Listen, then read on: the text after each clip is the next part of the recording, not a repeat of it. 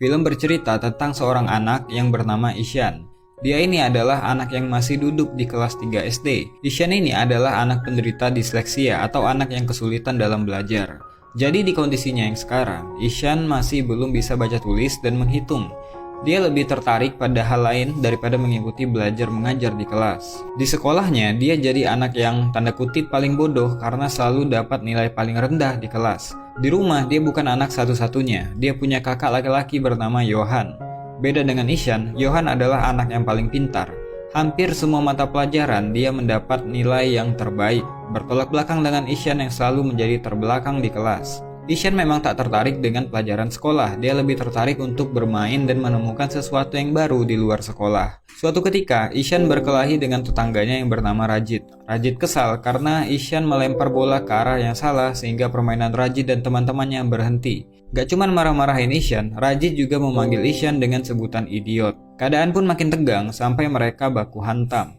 Ishan mendapatkan luka di kepala sedangkan Rajit dapat luka gigitan. Hal ini pun membuat Ishan kesal karena nggak di sekolah, nggak di lingkungan tetangganya, dia dapat perlakuan yang sama. Ketika pulang ke rumah, ternyata emaknya si Rajit datang ke rumahnya, ngomelin orang tuanya Ishan, minta tanggung jawab karena si Rajit luka-luka. Padahal situasinya pada saat itu, Ishan juga mengalami luka yang sama. Bukan ngebela anaknya, si bapak malah langsung nampar Ishan karena bukan sekali ini aja Ishan buat masalah. Bahkan, si bapak mengancam kalau sekali lagi Ishan buat masalah, dia bakal dikirim ke sekolah asrama. Di sekolahnya, Ishan seringkali dimarahi gurunya karena nggak bisa ngikutin pelajaran dengan baik. Pernah sekali, Ishan disuruh bacain satu kalimat, tapi dia nggak bisa membacanya karena menurutnya, huruf-huruf yang ada di buku tersebut menari-nari. Ishan mengatakan hal yang sejujurnya, memang seperti itulah yang dilihat oleh penderita disleksia. Tapi gurunya menganggap Ishan lagi ngelawak di kelas. Ibu guru ini terus aja maksain Ishan buat baca dengan benar, sampai akhirnya karena nggak tahan dibentak terus, Ishan cuma ngedumel nggak jelas.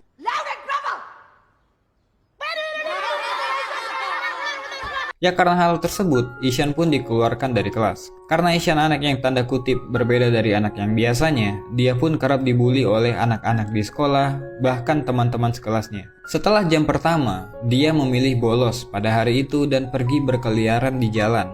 Melihat sekitar, pergi kemanapun dia mau, melihat apapun yang dia suka. Di rumah, Ishan memang menunjukkan ketertarikannya pada seni dan dunia hewan. Dia juga suka melukis, menggambar, dan bermain. Pada malam hari, dia bercerita ke kakaknya kalau dia bolos sekolah pada hari itu dan dia nggak takut sama sekali. Bahkan itu menjadi pengalaman baru buat dia. Dia pun meminta bantuan kakaknya untuk menuliskan keterangan absen palsu karena dia bolos pada hari itu. Keesokan paginya di sekolah, gurunya mengadakan ujian matematika dadakan yang membuat Ishan pusing bukan main. Baca aja nggak bisa, nulis juga nggak, ngitung apa lagi. Jadi dia mencoba untuk mengerjakan soal matematika dengan imajinasinya. Ishan pun berhasil menjawab soal nomor 1, tapi imajinasinya untuk satu soal tadi ternyata ngabisin waktu yang lama banget. Sampai waktunya habis, dia cuman bisa jawab satu soal. Udah gitu jawabannya salah lagi. Pada hari yang lain ketika di rumah, dia ketahuan bolos karena bapaknya menemukan surat izin palsu yang Ishan gunakan ketika dia bolos. Dia pun dapat amukan lagi dari si bapak. Bahkan di sekolah, mereka dipanggil oleh kepala sekolah dan guru-guru Ishan. Para guru menjelaskan kepada si bapak dan si ibu betapa bodohnya Ishan ketika belajar di kelas. Kepala sekolahnya pun menyarankan untuk memindahkan Ishan ke sekolah yang lain. Karena Ishan saat ini udah satu kali nggak naik kelas, jadi nggak mungkin nggak naik lagi untuk kedua kalinya. Akhirnya, terpaksa si bapak berencana mindahin Ishan ke sekolah asrama. Walaupun Ishan berusaha untuk menolak hal tersebut dan berjanji akan belajar lebih giat lagi, tapi sia-sia saja karena dia tetap akan dipindahkan ke sana. Mereka sekeluarga pun mengantarkan Ishan ke sekolah sekaligus tempat tinggal barunya. Dengan berat hati, si ibu ngelepas anak bungsunya untuk hidup sendiri di sekolah asrama. Ishan pun memulai hidup barunya di sana. Karena belum bisa beradaptasi, Ishan gak henti-hentinya melamun dan menangis seakan gak percaya dia hidup jauh dari keluarganya. Apalagi dia menganggap bahwa nasib yang dia alami saat ini adalah bentuk hukuman dari orang tuanya karena kenakalan yang dia buat. Di sekolah barunya itu pun, Ishan tetap mendapatkan bulian. Dia masih aja dimarahi gurunya karena dia nggak bisa belajar seperti anak pada umumnya. Nggak ada yang paham sama Ishan yang memang menderita disleksia.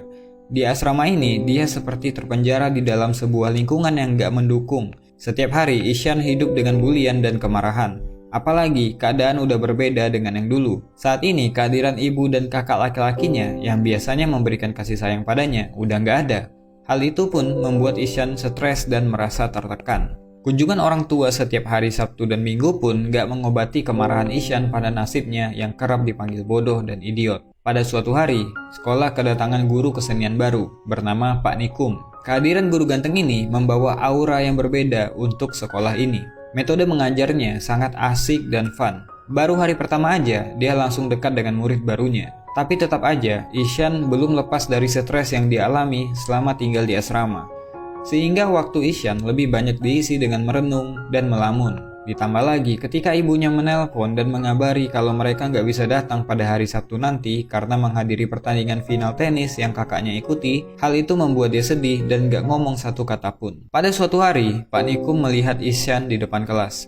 Mengamati Ishan yang selalu terlihat ketakutan dan tertekan, dia pun menanyakannya pada teman sebangku Ishan yaitu Rajan. Rajan pun bercerita kalau Ishan adalah anak baru yang ingin pulang ke rumah. Dia juga menceritakan kepada Pak Nikum kalau Ishan selalu dihukum karena nggak bisa ngikutin pelajaran. Jadi Pak Nikum berinisiatif mencari buku tugas Ishan dan akhirnya mengetahui bahwa Ishan adalah anak yang memang punya kesulitan dalam belajar atau disleksia. Pak Nikum ini adalah guru yang memang memahami anak-anak karena dia juga mengajar di sekolah luar biasa, tempat anak-anak kurang beruntung, di mana dia di sana udah terbiasa menghadirkan keceriaan untuk anak-anak. Dan untuk membantu Ishan dalam keterpurukannya dan juga untuk lebih memahami Ishan, Pak Nikum pergi ke rumah orang tua Ishan dan bertanya semua hal tentang Ishan. Dari sana si ibu menjelaskan kepada Pak Nikum bahwa Ishan sangat mencintai dunia seni seperti melukis. Mengingat Ishan yang selalu tertekan di sekolah, Pak Nikum pun menanyakan kepada orang tua Ishan kenapa Ishan sampai dikirim ke sekolah asrama. Ayahnya hanya menyebutkan keluhan-keluhan yang dia rasakan selama menghadapi Ishan. Dia nggak tahan kalau Ishan nakal lah, malas belajar lah, sering buat masalah, dan lain-lain. Pak Nikum pun mencoba memberikan penjelasan bahwa Ishan mengalami disleksia. Pak Nikum juga memperlihatkan pola kesalahan yang sama yang Ishan lakukan ketika menulis sebuah kata atau kalimat. Pak Nikum menjelaskan bahwa Ishan sebenarnya cuman butuh support dan butuh waktu. Namun si bapak malah nggak terima dan tetap menganggap Ishan adalah anak yang malas untuk belajar dan membandingkan Ishan dengan kakaknya yang selalu juara kelas. Padahal Pak Nikum udah ngasih tahu kalau Ishan lebih menonjol di bidang seni seperti melukis dan dia punya bakat yang luar biasa di sana. Tapi si bapak menganggap dengan kemampuan melukisnya, Ishan gak akan bisa bersaing di dunia luar. Mengirim Ishan ke sekolah asrama adalah solusi terbaik karena gak ada alternatif lain. Mendengar hal tersebut pun, Pak Nikum jadi kesal karena si bapak hanya memandang dunia luar sebagai arena kompetisi. Ketika Pak Nikum pulang, si ibu pun menangis memikirkan kata-kata Pak Nikum yang mungkin ada benarnya juga. Keesokan paginya ketika di sekolah, Pak Nikum menceritakan sebuah kisah tentang anak yang gak bisa baca tulis. Tentang anak yang melihat huruf dan angka menari-nari seperti orang yang berdisko. Bahkan ketika dia nggak lulus, semua orang mentertawakannya. Kemudian suatu hari, anak itu mengguncang dunia dengan teori yang dia publikasikan. Siapakah dia? Tanya Pak Nikum kepada anak-anak. Ishan pun memasang wajah tegang, takut kalau guru ini akan membuli kekurangannya lagi dan akhirnya menjadi bahan tertawaan teman sekelasnya.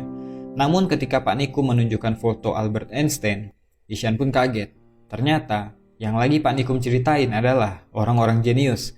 Selain Albert Einstein, Pak Nikum juga menceritakan tentang Leonardo da Vinci, seorang desainer dan seniman terkenal di dunia. Pak Nikum juga menceritakan orang populer lainnya, seperti Pablo Picasso, Agatha Christie, Walt Disney, Thomas Alva Edison, yang semuanya punya persamaan, yaitu mengalami disleksia ketika masih kecil. Setelah kelas selesai, Pak Nikum pun ngomong empat mata dengan Ishan. Kalau ternyata ketika Pak Nikum masih kecil pun dia mengalami disleksia yang sama seperti Ishan. Pelajaran Pak Nikum hari ini membuat Ishan kembali bergairah untuk menjalani hari-harinya di asrama. Hanya di pelajaran Pak Nikum lah dia bisa mengekspresikan dirinya, berkarya sesuai pikirannya, dan mendapatkan apresiasi. Pak Nikum pun sampai menemui kepala sekolah, khusus untuk membicarakan tentang Ishan. Kepala sekolah bilang bahwa banyak guru yang mengeluhkan tentang Ishan, dan kayaknya Ishan lebih cocok disekolahkan di tempat yang khusus seperti sekolah luar biasa. Tapi Pak Nikum langsung bilang kalau Ishan adalah anak yang punya kecerdasan di atas rata-rata dan berhak untuk berada di sekolah yang normal. Anak-anak seperti Ishan hanya butuh bimbingan dan perhatian lebih. Kepala sekolah pun bilang gak mungkin para guru mau mengurus satu anak dari 40 anak dalam satu kelas. Pak Nikum pun berkata untuk pelajaran lain mungkin bisa diabaikan apapun hasilnya karena setiap anak pasti akan punya bakat utama. Kemudian Pak Nikum menunjukkan lukisan yang dibuat oleh Ishan dan mengusulkan kalau masalah tulis-menulis dan mengeja mungkin bisa menyusul. Sebagai solusi, Ishan bisa dites secara lisan karena secara lisan ataupun tertulis, pengetahuan tetaplah pengetahuan. Dan Pak Nikum akan meluangkan waktunya untuk mengajari baca tulis kepada Ishan secara privat. Kepala sekolah pun setuju untuk memberikan kesempatan ini. Ishan pun akhirnya dapat guru yang cocok, yang mengerti cara mengajari anak disleksia seperti dirinya.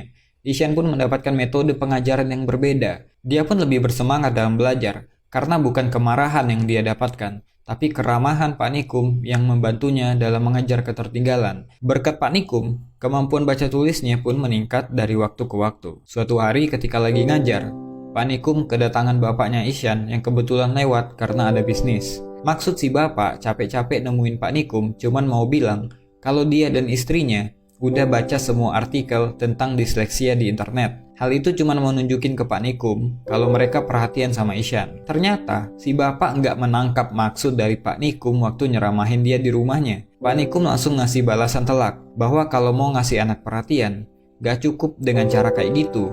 Anak kayak Ishan juga butuh support. Anak kayak Ishan butuh figur orang tua yang selalu bilang sayang kepada anaknya apapun yang terjadi. Anak kayak Ishan butuh figur seorang ayah yang siap melindunginya kalau terjadi apa-apa sama dia. Si bapak pun langsung sadar bahwa selama ini dia nggak pernah memberikan kasih sayang pada Ishan selain kemarahan atau pukulan jika Ishan nakal. Dia pun pergi meninggalkan ruangan Pak Nikum dengan perasaan malu. Apalagi ketika di luar, dia melihat Ishan yang lagi baca mading, si bapak nggak bisa nahan air matanya. Pada suatu hari di asrama tersebut mengadakan lomba melukis. Semua orang boleh ikut termasuk para guru. Ketika lomba dimulai, Pak Nikum mencari Ishan kemana-mana. Tapi sampai lomba dimulai, Ishan pun gak kelihatan. Ternyata sebelum acara dimulai, saat semua orang masih tidur, Ishan bangun paling pagi dan pergi ke kolam di mana di sana dia mencari inspirasi untuk bahan lomba melukis. Ishan pun datang sesaat setelah acara dimulai. Ishan memproyeksikan pemandangan yang dia ingat menjadi sebuah lukisan yang luar biasa mengagumkan banyak orang. Pak Nikum yang melihat lukisan Ishan pun kagum sama karyanya. Ishan pun juga nggak bisa menahan harunya ketika dia ngelihat hasil lukisan Pak Nikum, ternyata modelnya adalah dirinya sendiri. Dan pengumuman yang ditunggu-tunggu pun tiba. Kepala sekolah mengumumkan bahwa perlombaan ini dimenangkan oleh Ishan. Ishan Nandakishore Awasthi Abdi. Hasil karyanya dinobatkan menjadi karya yang terbaik dan akan menjadi sampul buku tahunan. Ketika orang tua Ishan datang saat bagi rapot, kepala sekolahnya sendiri yang langsung memberikan buku tahunan tersebut dan mengabarkan jika Ishan adalah anak yang spesial dan sekolah itu beruntung memiliki anak murid seperti dia. Orang tua ini juga senang bukan main ketika para guru memberikan laporan kemajuan Ishan di beberapa mata pelajaran, khususnya di bidang kesenian. Melihat Ishan yang kembali bersemangat, ayahnya pun akhirnya nangis juga dan berterima kasih kepada Pak Nikum karena udah membimbing Ishan sampai punya kemajuan. Ishan yang punya gaya rambut kayak Pak Nikum pun berpisah dan akan kembali lagi ke sekolah setelah liburan. Pesan film ini kuat banget untuk nunjukin bahwa memang benar kalau kita mengajari seekor ikan untuk memanjat pohon, maka dia akan menganggap dirinya bodoh seumur hidupnya. Setiap anak memang punya bakat yang unik dan gak mungkin sama dengan anak yang lain. Semoga kita nanti bisa menjadi orang tua yang bijak yang bisa mendukung apapun yang anak kita senangi.